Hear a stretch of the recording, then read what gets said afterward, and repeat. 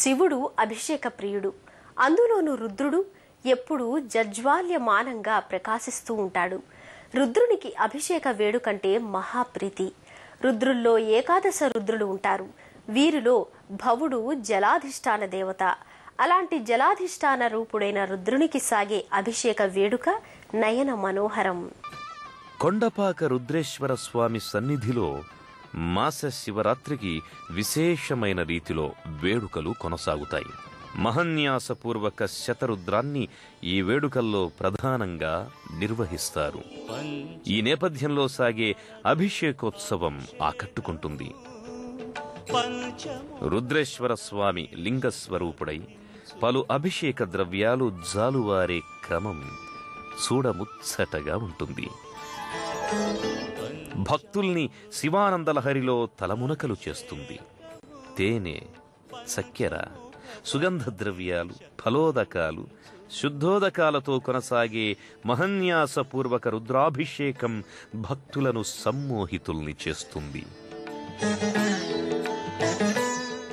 శుద్ధోదకం నిండిన భారీ కలశాన్ని పూలతో అలంకరించి ఊరేగింపుగా తీసుకువచ్చి ఆ కుంభంలోని జలాలతో రుద్రేశ్వరుణ్ణి అభిషేకిస్తారు.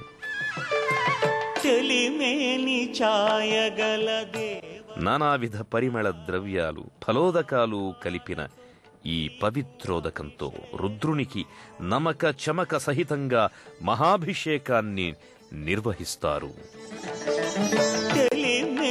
ఛాయగల దేవరా రుద్ర, ఆవు పాలతో నీకు అభిషేకము. చలువ ఎదగల సామి శశిశేఖర శివ, చలువ ఎదగల సామి శశిశేఖర శివ, తిరుగుతో ప్రేమగా అభిషేకం. ఎంతో విశిష్ట దైవమైన రుద్రస్వరూపం భక్త సులభత్వానికి ప్రతీక. అలాంటి రుద్రేశ్వర స్వామి శతాబ్దాల తరబడి కొండపాకలో వేంచేసి కొండంత వేలుపుగా వినుతికెక్కాడు. పూర్తిగా శిథిలావస్థలో ఉన్న ఈ ఆలయం నేడు ఓ శైవ క్షేత్రంగా, కన్నుల పండువైన నిలవుగా ఆకృతి దాల్చింది.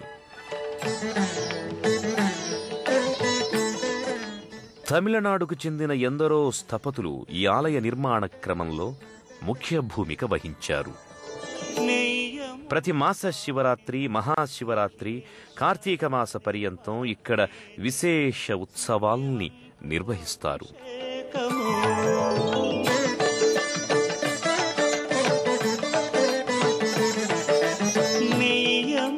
పాలించు నిఖిలేశ్వర దేవా, నేతితో స్నేహం